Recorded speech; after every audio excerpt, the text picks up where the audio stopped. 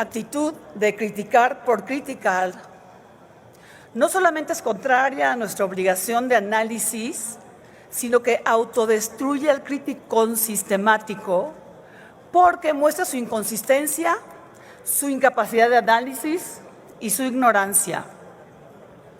Por un lado, en materia tributaria, la oposición permitió las obvias exenciones de impuestos a las grandes empresas durante el periodo neoliberal, mismas que se han corregido en la presente administración.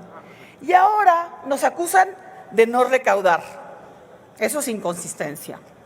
Confunden convenientemente pago de derechos con impuestos, prefiriendo aceptar el apellido de ignorantes con tal de prevalecer su crítica.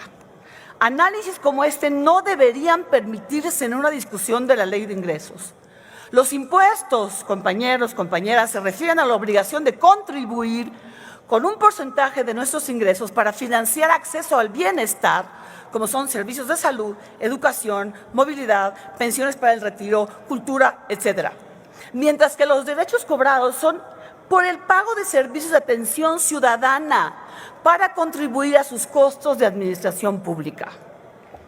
Otra inconsistencia se refiere a que, por otro lado, nos exigieron que nos endeudáramos para reactivar la economía cuando todo el mundo lo estaba haciendo, y ahora nos critican el crecimiento programado de la deuda con respecto al PIB, cuyo indicador es incluso inferior al autorizado el año pasado, pasando de 51 a 49.4. De hecho, prefieren que se les califique de ignorantes al prevalecer su crítica a ultranza, ignorando de manera muy conveniente el reconocimiento internacional de nuestra cautelosa política fiscal. Prefieren el castigo de calificarlos de ignorantes cuando ignoran que la pobreza aumentó en todo el mundo por la crisis de COVID y ahora se le atribuyen ignorantemente a la actual administración.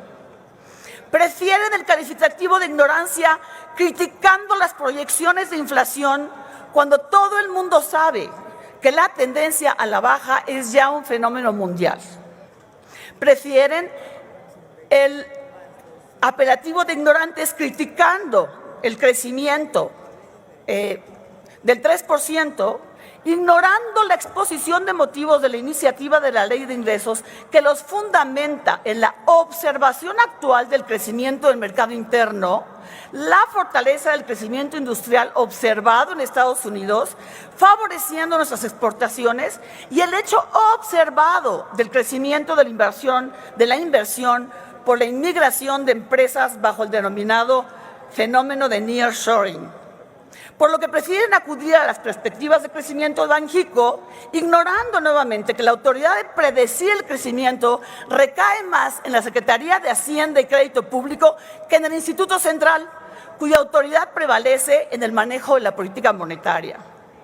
Prefieren que se implique que no leyeron la Ley de Ingresos, donde el gasto creció más allá del programado este año y que, sin embargo, la deuda con respecto al PIB disminuyó con respecto al programada.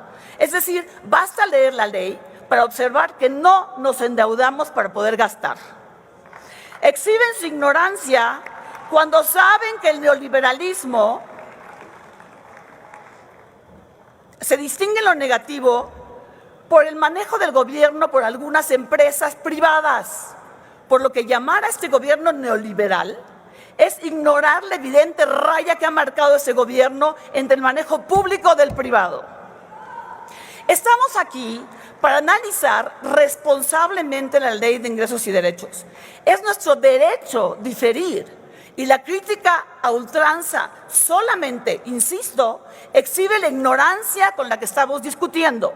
Señoras y señores, la bancada de Morena defiende la ley con análisis.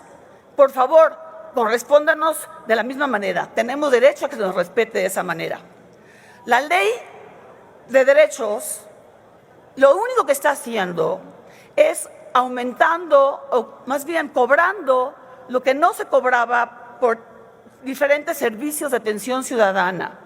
Y por eso es una ley perfectamente justa que los ciudadanos responsables debemos de aceptar y de apoyar. Y es por eso que la bancada de Morena va a votar a favor de la nueva Ley de Derechos. Muchas gracias. Diputadas y diputados, la Ley Federal de Derechos es el ordenamiento fiscal que establece las cuotas que toda persona debe pagar por la prestación de servicios públicos o por el uso o goce o aprovechamiento de los bienes públicos de la nación. No son impuestos. De ahí que las reformas propuestas por el Ejecutivo Federal a dicha ley permitirán dar continuidad a la política tributaria aplicada en las materias migratoria, consular, aduanal, infraestructura, educativa, cultural, aeronáutica, ferroviaria, marítima, entre otras. Las condiciones actuales de nuestro país exigen que las dependencias e instituciones del gobierno mexicano adquieran nuevas competencias, presten nuevos servicios y administren los bienes de dominio público de la nación. Por tal motivo, se han realizado reformas al marco jurídico de la Administración Pública Federal para asegurar su mejor desempeño en sus funcionamientos encomendados. Lo anterior, con el propósito de brindar certeza jurídica a todas las personas que requieran la prestación de servicios o el aprovechamiento de los bienes contemplados en la Ley Federal de Derechos. Asimismo, la implementación y uso de las tecnologías de información juegan un rol fundamental para que la prestación de los servicios públicos y la administración de los bienes de la nación sean eficientes y de calidad. ¿No es eso lo que buscamos?, preguntaría. De ahí que resulta necesario actualizar el marco jurídico en materia de derechos para prever el apoyo de estas herramientas con base en los principios de austeridad republicana y transparencia. Por lo anterior, esta actualización tiene como propósito verificar que las cuotas que se cobran por el aprovechamiento, uso, goce de los bienes de la nación correspondan al costo real que dichos actos representan al Estado mexicano. Actualización, compañeros. Las adecuaciones más relevantes que se realizan este año a la Ley Federal de Derechos son referentes a pasaportes, servicios migratorios, servicios del SAT, minería, espectro radioeléctrico. ¿Por qué pagamos tanto, perdón? Reforma eléctrica del 2013. No se les olvide y que la población entienda, no se dejen engañar. Quienes reformaron y no hemos podido cambiarlo, intentamos hacerlo y no se ha cambiado. Por ello pagamos tanto por la energía. Servicios consulares y servicios en materia de derecho de autor. Estos dos últimos tienen un sentido social al contribuir a la protección y salvaguarda de los derechos fundamentales de los pueblos indígenas y afromexicanos y personas extranjeras que estén en los supuestos de causas humanitarias o sean consideradas víctimas. Compañeras y compañeros, el gobierno de la Cuarta Transformación ha sido congruente con sus compromisos y decisiones en materia de política fiscal.